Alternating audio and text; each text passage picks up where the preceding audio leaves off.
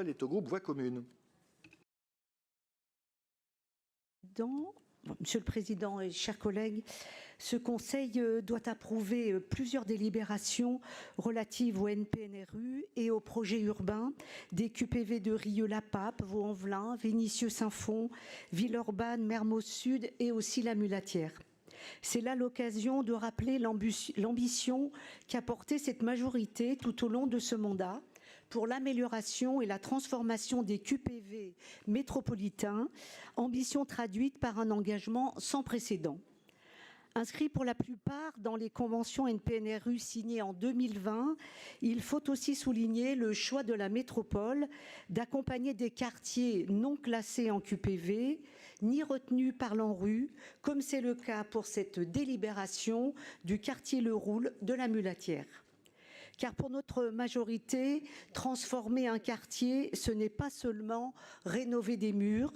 Transformer des quartiers, c'est transformer des vies, c'est redonner de l'espoir et des perspectives à celles et ceux qui y vivent. Quand on sait que près de 20% de la population sont concernés par un NPNRU, un habitant sur 10, que le contrat de ville 2024-2030 a pris en compte 43 QPV contre 37 en 2023, que cela représente 180 000 habitants, soit 12% de la population métropolitaine, contre 152 600 habitants en 2023. Transformer les quartiers procède alors d'une réelle volonté politique, d'une vision de justice sociale et d'équité territoriale. Bien plus qu'un projet urbain, cet engagement concret devient un projet de société, un projet humain, un levier pour plus de dignité. Cette transformation des QPV a misé sur l'investissement massif, l'amélioration du cadre de vie et l'environnement urbain, le logement social, le relogement et la mixité sociale, la réponse à la crise du logement et immobilière, la relance de l'économie et la filière BTP, l'amélioration de la santé, la transition écologique, la lutte contre la délinquance.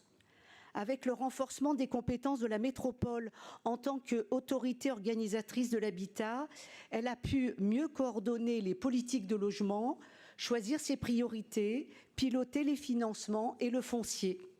Ainsi, la métropole a choisi de se centrer sur la reconstitution de l'offre du logement social, de reconstruire le bâti délabré, de proposer du logement abordable et de soutenir les bailleurs. De la même manière, alors que l'État a supprimé les QVA dans la nouvelle géographie, la métropole a pris l'initiative de créer les QPM, quartiers soumis à des fragilités sociales importantes, lesquels se sont vus attribuer des financements pour des actions de gestion sociale urbaine.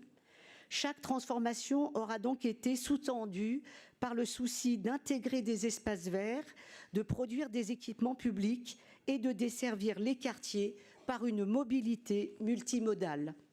T6, T9, T10, BHNS, bientôt T8 sur l'Est, Voie lyonnaise, Station Vélove, autant de modes de transport inscrits aujourd'hui dans tous les QPV grâce à un investissement sans commune mesure de Citral Mobilité.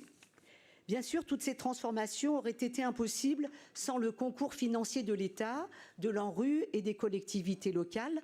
Mais il est ici intéressant de noter que le PNRU 1 de 2005-2022 avait mobilisé 1,4 milliard d'euros, donc 205 millions d'euros du Grand Lyon, alors que le NPNRU 2016-2030 a engagé 2,4 milliards d'euros, dont 700 millions d'euros pour l'ANRU et 562 millions d'euros de la métropole. C'est presque le triple, ce qui a permis de financer 13 sites, 9 communes et à titre indicatif, 8 000 logements neufs privés, 9 027 logements sociaux réhabilités, 15 ZAC verront le jour aussi à horizon 2030.